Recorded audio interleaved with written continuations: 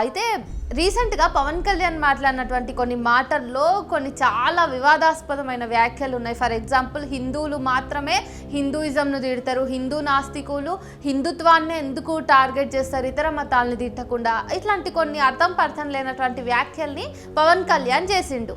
అందుకు ఆయనకి కొంచెమైనా ఈ విషయాలు తెలియజేస్తే ఆయన మళ్ళీ నెక్స్ట్ టైం స్పీచ్ ఇచ్చేటప్పుడు కొంచెం జాగ్రత్తగా మాట్లాడతాడు, ఊరికే లేనిపోని అభాండాలు వేయడం అనేది నా ఆలోచన.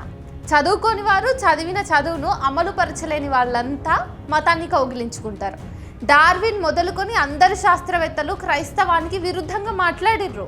ఐన్స్టీన్, స్టీఫెన్ హాకింగ్ వంటి వారిని క్రైస్తవ మతం తిట్టలేదు, దూషించలేదు.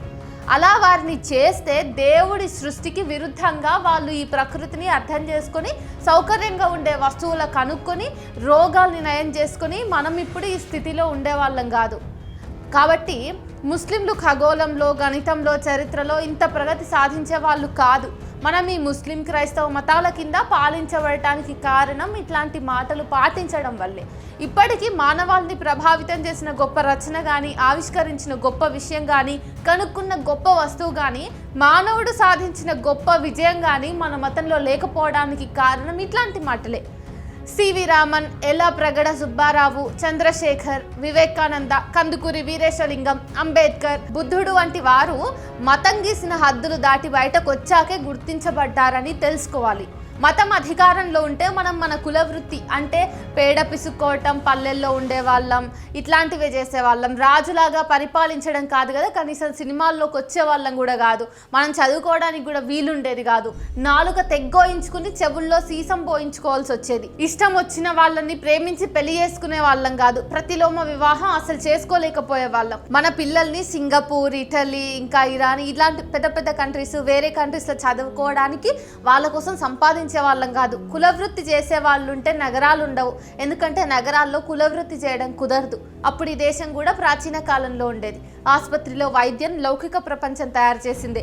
తినే తిండి లౌకికమైనదే, వేసుకునే దుస్తులు లౌకికమైనవే, మాట్లాడే మైకు లౌకికమైందే. ఇవేవి మతం, దాని నాయకుడైన దేవుడు సృష్టించి ఇవ్వలేదు, ఇవ్వడు. వీటిని ఫలానా మతం వాళ్ళే, ఫలానా దేవుడే కనుగొనలేదు, తయారు చేయలేదు. లౌకికంగా లేకపోతే రాజ్యాంగం ప్రకారం గాక దేవుడి ఆజ్ఞల ప్రకారం బతికే వాళ్ళం. నకిలీ రాజకీయ నాయకులు, నకిలీ మతవాదులు ఉంటారు కానీ లౌకికవాదులు ఉండరు. మన మతాన్ని అనేసరికి ఉలిక్కిపడి మనం అలా పిలుస్తాం అంతే. సొంత మతాన్ని కడుక్కోవడం నకిలీ కాదు, నిలువెత్తు నిజాయితీకి నిదర్శనం అంటారు దాన్ని. సొంత అభిప్రాయాల్ని, పద్ధతుల్ని, పనితీరుని కడుక్కోవడానికి ఎంతో వివేకం కావాలి, చదువు కావాలి, అవగాహన కావాలి, ఆచరణ ఉండాలి. పేరు, పదవులు, డబ్బు, శారీరక సుఖాలు త్యాగం చేయగలిగి ఉండాలి. సాటి మనిషి మీద, చుట్టూ ఉన్న జంతుజాలం మీద అంతులేని ప్రేమ ఉండాలి. ఇవన్నీ రాజ్యాంగం గ్యారంటీ చేస్తుంది. అటువంటి రాజ్యాంగబద్ధమైన పాలన వద్దనుకుంటే నిజాయితీగా మనం మొదట నిర్మూలించుకోవాలి, నోరు మూసుకోవాలి. రాజ్యాంగం వల్ల వచ్చిన పదవులు, కులం దాటి చేసిన వృత్తులు, దానివల్ల ఒనగూరిన డబ్బు, గౌరవం వదిలేసుకోవాలి. మనం పల్లెకి వెళ్ళి గోచి పెట్టుకుని పెండ పిసుక్కుంటూ బ్రతకాలంతే. ఒకవేళ పవన్ కళ్యాణ్ చెప్పిందే వాస్తవం అయినట్టయితే మనం ఈరోజు పెండ పిసుక్కుంటూ బతికే వాళ్ళం తప్ప, ఈరోజు నేను స్క్రీన్ ముందు మాట్లాడటం, మీరు ఫోనుల్లో నన్ను చూసి వినటం, నా పైన ట్రోలింగ్ చేయడం ఇదేది జరిగేది కాదు కదా.